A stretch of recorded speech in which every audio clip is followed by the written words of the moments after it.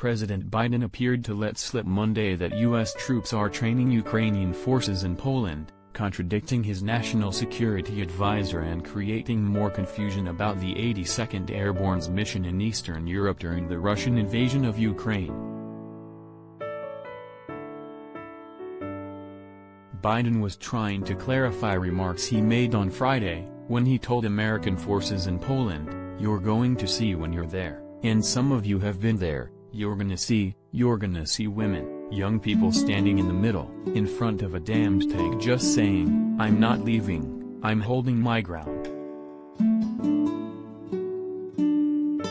A White House official quickly told the Post that the president has been clear we are not sending U.S. troops to Ukraine and there is no change in that position. On Monday, under questioning from Fox News correspondent Peter Doocy, Biden insisted he had been misunderstood. "I was talking to the troops. We were talking about helping train the troops the Ukrainian troops that are in Poland," he said. "That's what the context was. I sat there with those guys for a couple hours. That's what we talked about." So when you said, "You were going to see when you're there," you were not intending to send U.S. troops?" Doocy asked. "I was referring to being with and talking with the Ukrainian troops who are in Poland," the president insisted. It was not immediately clear whether Biden misspoke or misused the word training to describe interactions between American and Ukrainian military personnel in Poland. The Pentagon referred requests from the Post for clarification on the president's Monday remarks to the National Security Council, which didn't immediately respond. Senator Ted Cruz, Republican Texas, raised the possibility that Biden had revealed the existence of a classified American military training program in a public setting. "It may be that he's explaining secrets on national television," Cruz told Fox News' Sean Hannity Monday evening. "Every time he explains one thing, it gets worse and worse and worse, and we've got nuclear weapons pointed at each other. It is incredibly dangerous, this kind of presidential weakness." Last week, White House National Security Advisor Jake Sullivan told reporters that we do not have U.S. troops currently training Ukrainians. "We do not have U.S. troops on the territory of Ukraine.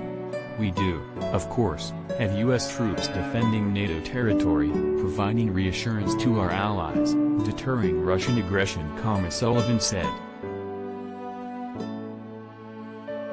And, of course, the United States is playing a key role not just in the direct provision of military equipment to Ukraine but in the facilitation of military equipment provided by many of our allies as well, he added. The U.S. has provided $2 billion in military aid to Ukraine, but has drawn the line at putting American boots on the ground in the country, believing that their presence could escalate the war. It is not clear whether Russia would view the U.S. training Ukraine's military as a similar escalation. The 5,000 members of the 82nd Airborne were deployed to Poland in early February as hundreds of thousands of Russian troops were stationed along Ukraine's border to bolster the presence of NATO troops and counter the Russian military buildup.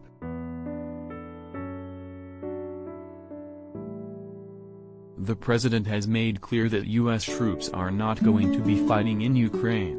The troops that we have added to the already 80,000 that are based in Europe are going to reassure our allies and our partners to deter aggression against the alliance to conduct some joint training, Pentagon spokesman John Kirby said during a briefing on February 14.